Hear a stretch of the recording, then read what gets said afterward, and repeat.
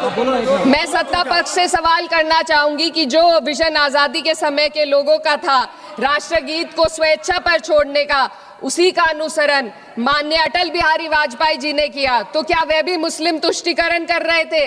जी नहीं, अटल बिहारी वाजपेयी जी राजधर्म निभा रहे थे। देश में सब धर्मों को एक साथ लाना, सबके जज्बात का एहसास करना ही सबसे बड़ा राष्ट्रवाद है। माननीय अध्यक्ष महोदय, आज हमें वंदे मातरम के असली भाव को समझना जरूरी है। यह गीत तो देश के जल, जंगल, जमीन, हरियाली और निर्मल हवा की वंदना को समर्पित है। यह भारत की जन जन की मंगल कामना करता है कि भारत का हर नागरिक स्वस्थ रहे, सुरक्षित रहे और सम्मान के साथ जी सके। सुजलाम सुफलाम का अर्थ है, सुनिए, ऐसा देश जहां स्वच्छ और पर्याप्त जल हो, जहां नदियां जिंदा हो, बहती हो, जीवन देती हो। अध्यक्ष महोदय, लेकिन अब जरा यमुना का हाल देखिए। दिल्ली प्रदूषण नियंत्रण समिति की 2025 की रिपोर्ट बताती है कि यमुना के कई हिस्सों में बीओडी स्तर 127 mg पर लीटर है तक पहुंच चुका है, जबकि किसी जीवित नदी के लिए ये 3 mg पर लीटर से कम होना चाहिए। ये सिर्फ नदी का संकट नहीं है, ये किसान का संकट है। नमामि गंगे के नाम पर हजारों करोड़ रुपए खर्च हो गए, लेकिन सच्चाई ये है कि आज भी गंगा और यमुना के किनारे किसान मजबूरी में उसी जहरीली पानी से खेती कर रहा है। वही जहर अनाज में उतरता है और वही जहर किसान की जिंदगी को धीरे धीरे खत्म कर देता है। अध्यक्ष महोदय, जब पानी जहर हो जाएगा तो सुजलाम कैसे होगा? जब किसान बर्बाद होगा तो सुफलाम कैसे होगा? मलयज शीतलम, मलय का अर्थ है मलय पर्वत से बहने वाली ठंडी, सुगंधित, चंदन जैसी हवा जो जीवन देती है, बीमारी नहीं। आज मैं इस सदन से पूछना चाहती हूँ, क्या आज के भारत की हवा मलयज शीतलम है? नहीं अध्यक्ष जी, बस संसद से बाहर कदम रखिए, एक गहरी सांस लीजिए। ये चंदन की महक नहीं, ये जहर है जो आपके हमारे फेफड़ों में उतर रहा है। दुनिया के 20 सबसे प्रदूषित शहरों में से 13 भारत में है। दिल्ली की हवा में सांस लेना मानो रोज 20 सिगरेट पीने जैसा हो। भारत हर साल सर्दियों में जहरीली हवा के प्रकोप में घिर जाता है। AQI गंभीर स्तर पर आ जाता है। ठंडी हवा का सपना अब गैस चेंबर की हकीकत बन चुका है। हम वो देश हैं जहां सरकार प्रकृति पर बने गीत का मान मर्दन तो करती है, पर उसी प्रकृति, जंगल, हवा, पेड़ को बचाने वाले कानूनों को धीरे धीरे खुद ही खत्म कर रही है। यह है आज के हमारे मलयज शीतलम की अफसोसजनक सच्चाई। अगर हम हवा को साफ नहीं कर पाए तो न सुजलाम बचेगा, न सुफलाम बचेगा। माननीय अध्यक्ष महोदय, सस्य श्यामलम का अर्थ है ऐसा देश जहां उपजाऊ जमीन हो, जहां खेत फसल से भरे हो और किसान कर्ज और निराशा में न डूबा हो। आज किसान सिर्फ मौसम से नहीं लड़ रहा, वह प्रदूषण, नीतियों की बेरुखी और सिस्टम की नाइंसाफी से लड़ रहा है। एक तरफ कॉर्पोरेट के लोन माफ होते हैं, दूसरी तरफ किसान को उसकी वाजिब MSP भी नहीं मिल पाती है। आप ग्लोबल सुपर पावर बनने की बात करते हैं, लेकिन हमारी पर कैपिटा इनकम दुनिया में 136वें नंबर पर है। हम अपने छोटे पड़ोसी देश से भी पीछे हैं। हमारे लोग $2,500 तक भी नहीं कमा पा रहे एक साल में, और जिन अरबपतियों की ये रक्षा करते हैं वो इतना पैसा एक सेकंड में कमा लेते हैं। आज वंदे मातरम को बुनियाद बनाकर राजनीति की जा रही है, लेकिन जमीन पर जंगल पूंजीपतियों को सौंपी जा रही है। आदिवासियों को उनके घरों से उजाड़ा जा रहा है। मातरम में जो मात्रा माता है वे सिर्फ मातृभूमि की वंदना नहीं, वे इस धरती की हर नारी, वे इस देश की हर बेटी, हर महिला के सम्मान की बात भी करता है। लेकिन आंकड़े अगर आप देखेंगे, NCRB की हाल की रिपोर्ट के अनुसार, मैम जसवंत के अनुसार देश में हर वर्ष लगभग 30,000 से अधिक बलात्कार हो रहे हैं। यानी एक दिन में 80 से अधिक महिलाएं यौन हिंसा का शिकार होती हैं, और ये सिर्फ दर्ज मामले हैं।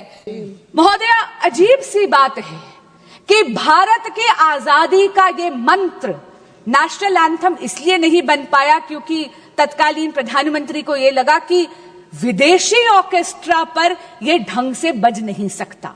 ऐसा लगता है कि आजादी के बाद भी कांग्रेस पार्टी मानसिक रूप पर स्वाधीन नहीं हुई थी।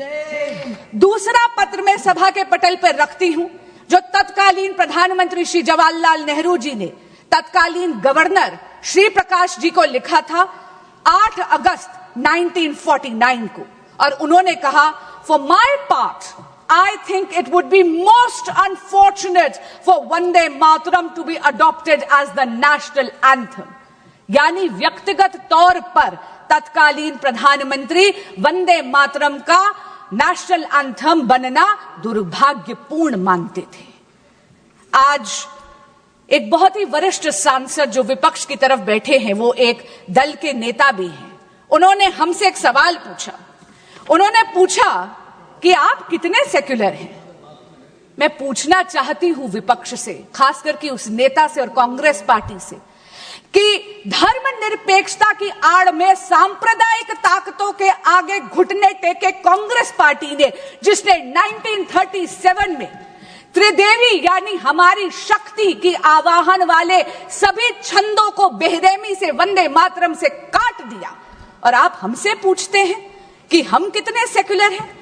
महोदया, जब ऐसे तुष्टीकरण की राजनीति के पटल पर वंदे मातरम की बलि चढ़ा दी, इसीलिए स्वर्गीय श्रीमती सुषमा स्वराज को 1996 में इसी सदन के पटल पर यह बोलना पड़ा, हां हम सांप्रदायिक हैं क्योंकि हम वंदे मातरम गाने की वकालत करते हैं, क्योंकि हम राष्ट्र ध्वज के सम्मान के लिए लड़ते हैं।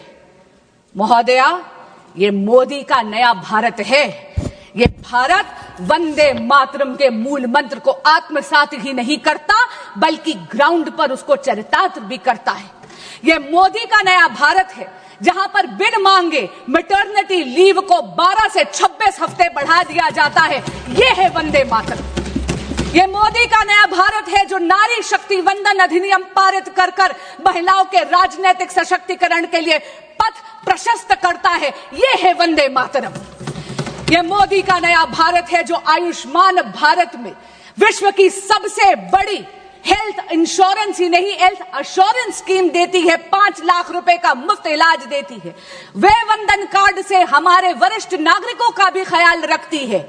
ये है वंदे मातरम। ये मोदी का नया भारत है जो न्यूक्लियर एनर्जी और भारत की स्पेस को एकाधिकार यानी सरकारी एकाधिकार से निकालकर भारतीय की युवा शक्ति उसमें अपना योगदान दे पाए, इसके लिए उसको खोलती है। ये है वंदे मातरम। ये वंदे मातरम की पराकाष्ठा है कि मोदी के नए भारत में भारत की अर्थव्यवस्था 11वें नंबर से वैश्विक पटल पर 4थे नंबर पर आज आ गई। ये मोदी का नया भारत है जहां पर वंदे मातरम चरितार्थ होता है मेरे देश के युवा के लिए, जहां पर भारत की स्टार्टअप इकोनॉमी वैश्विक पटल पर 3rd लार्जेस्ट इकोसिस्टम बन जाता है। लेकिन आज मेरा मन बहुत व्यथित है। मेरा मन बहुत व्यथित है क्योंकि एक बहुत ही माननीय सांसदा ने यह कहा कि वंदे मातरम की बहस हो रही है। महोदया, शायद मेरी तरह वो भी पहली बार की एमपी है। हम दोनों ने इस सदन में मात्र 12 महीने ही गुजारे हैं। आपके माध्यम से मैं उनको कहना चाहूंगी कि ये चर्चा है जो सकारात्मक होती है, ये बहस नहीं है। माननीय सांसदा ने कहा कि आप अतीत में क्यों मंडरा रहे हैं।